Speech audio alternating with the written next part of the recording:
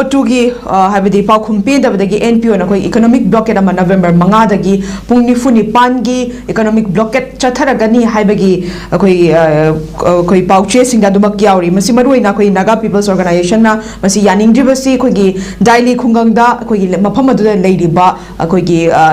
cookie fruit sing sina we want cookie len haiba slogan ke ama law bagaluna koi gi TH muiva अकोगी माकु लुचिंग बसिना लाकलंबदा माकी फोटो अमुरक सेगाइबदा खक्तनतना अनिरक अहुमरक सेगाइरबा मतुंगदा बोमुला थाबना चिंगबा यामना नुंगाइतबा पामदबा थौदोक कया थोखिबगा मरी लेना इकोनॉमिक ब्लॉकेट सी चथनबगी खोंगथांग असि पाइखलकपनि हाइबा वाफम अमखक ngasi अखोगी पाउचे सिंगदा अदुमक थमलकली ओजा साइम तांग से मरुइनि येंगलकपा मतमदा अमगी वानतना अखोगी मसिगुंबा फ्रूट अमना फ्रूट अमबु मसिगुंबा यामना नुंगाइतबा अमदि पामदबा थौदोसी कयारा खन ममांगदगी सु थोगा दुमक लाक्रबनि मसिगुंबा थौदोसी दुना मखा तारकपोइना सिगुंबा यामना पामदबा थौदोसी थोपो खुदिंगे खoi इकोनॉमिक ब्लॉकेट तौरगा लम्बी थिंगबगी खोंजंगसे अदुमक चंगसिलकपा मसिगी खोंगथांग असना अचुंबने हाइना लोबिगदरा ओजा दुगा मरुइना कोइगी लुचिंगबा मगी फोटोबु मसिगुम सगाइरगा कोइगी खोंगना नेटपना चिंगबदुगा बोमला थाजनबना चिंगबा मसिगुंबा यामना नुंगाइतबा मा मियामदा नुंगाइतबा पोखनबसे मसि हौनरि ब्राइब जोजा कमाइ थमिनिगे साइम तांग चना हौजिकी वाथोक्सी से अकोइना पनबे यार सि कमाइ तोगे यारम तंदा अंदकी NSCN-IN की national socialist council of Nagaland की IN section di jumba ahani ko tingaling mubasi magi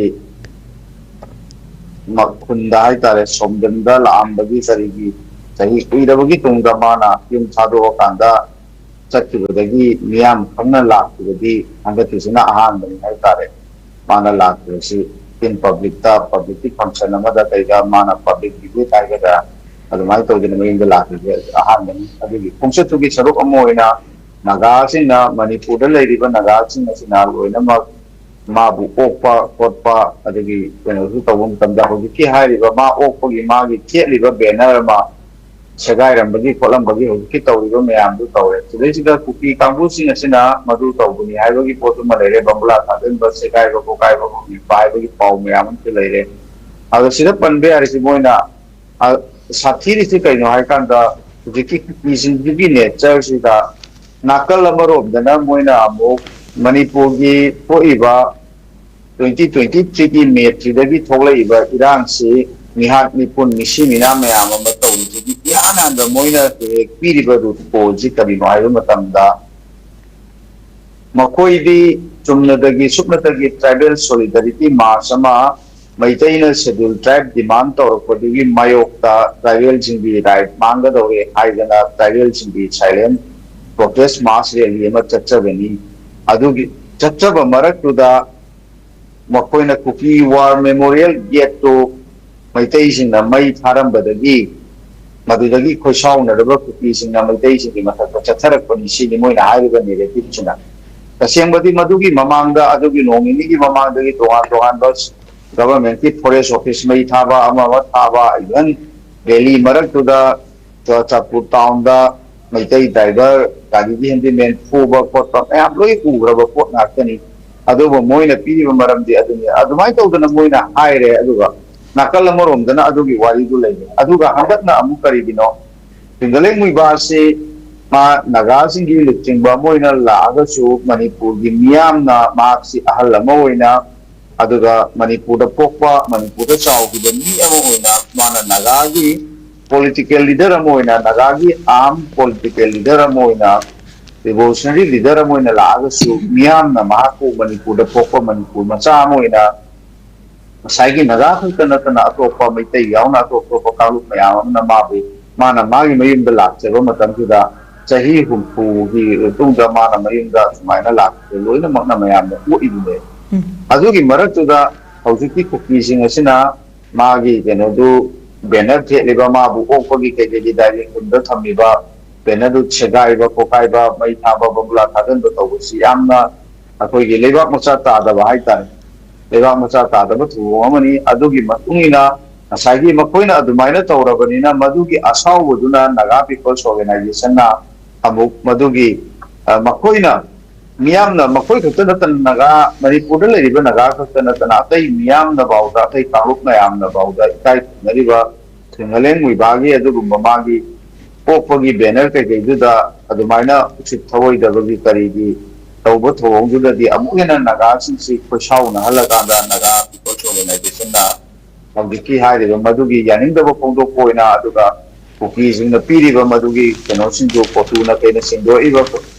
ꯄꯣꯠꯂꯤꯕ ꯃꯌꯥꯝꯗꯨ ꯃꯈꯣꯏꯗ ꯄꯦꯟꯗꯕꯅꯤꯅ ꯃꯈꯥ ꯇꯥꯕ ꯑꯣꯏꯅ ꯀꯨꯀꯤꯁꯤꯡ ꯑꯗꯨꯗ ꯑꯩꯈꯣꯏꯒꯤ ꯁꯤꯡꯅꯕ ꯍꯥꯏꯒꯗ꯭ꯔꯥ ꯃꯈꯣꯏꯅ ꯇꯧꯔꯛꯏꯗꯨꯒꯤ ꯅꯨꯡꯉꯥꯏꯇꯕ ꯍꯥꯏꯒꯗ꯭ꯔꯥ ꯃꯗꯨ ꯐꯣꯡꯗꯣꯛꯄ ꯑꯣꯏꯅ ꯅꯦꯁꯅꯦꯜ ꯍꯥꯏꯋꯦꯁꯤ ꯕ꯭ꯂꯣꯀꯦꯠ ꯇꯧꯔꯀꯥꯟꯗ ꯄꯣꯠ ꯆꯩꯁꯤꯡꯁꯤ ꯊꯥꯖꯤꯜꯂꯔꯣꯏ ꯍꯥꯏꯕꯅꯤ ꯀꯨꯀꯤ ꯑꯦꯔꯤꯌꯥꯗ ꯊꯥꯖꯤꯟꯗꯕ ꯍꯥꯏꯁꯦ ꯏꯐꯦꯛꯇꯤ ꯂꯣꯏꯅꯃꯛ ꯃꯗꯨꯒꯤ ꯏꯝꯄꯦꯛꯇꯤ ꯀꯩꯅꯣ ꯍꯥꯏꯔꯀꯥꯟꯗ ꯉꯁꯥꯏꯒꯤ ꯃꯩꯇꯩꯁꯤꯡ ꯑꯁꯤ ꯅꯦꯁꯅꯦꯜ ꯍꯥꯏꯋꯦꯗ ꯆꯠꯄꯁꯤ ꯑꯃꯠꯇ ꯌꯥꯍꯟꯗ꯭ꯔꯒꯁꯨ ꯍꯧꯖꯤꯛꯁꯤ ꯄꯣꯠ ꯆꯩ ꯄꯨꯕ ꯈꯣꯠꯄ commercial activities kay khara amadi maitai na driver oidaba maitai na handimal oidaba maitai gi gari oidagadi loinamak se chatana madugi commercial activities mayam amadi adum gari sing chi transportation kari di security high security escort toraga adum chatli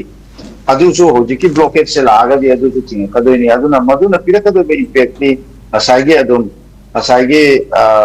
hojiki muibagi magi Tungaling wibagi banner sagaram bakukaram badugi yanindaba nuaitaba phongdokpadagi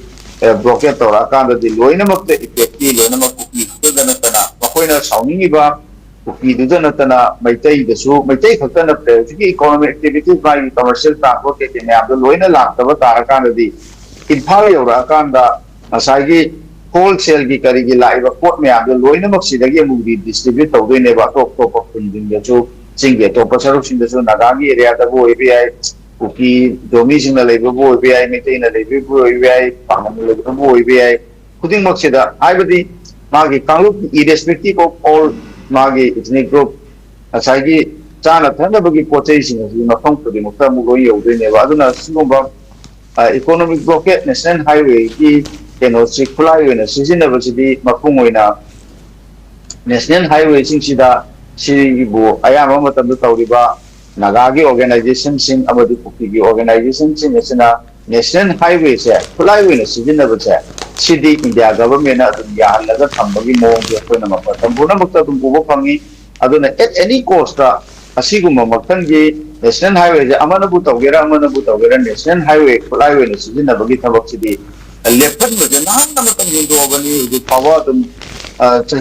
che nagazing na tawba event sina tawba amana taw amagi koi nichamaga kuntra henba du en amma leire hauja amuta nate ade cookie sing na sadar hills ki demand nanjan kyarak tawre aduga amuk last 2.5 years in baje May 2023 dagi di thingaga lakpaduna hojik sina economic activities commercial transport ke khara chatte yabo ani maitai sima muk sum chat chalan drabane sigi mathak sida mafang adum kay haitare amuka hena koi nagazing na amuk NPO na kay na tawra isina amuhin na sa iting pigani sidi government of India se nikap to akanda national highway je control to national highway je fajana masi order amale handa changi haidana admai tamtegi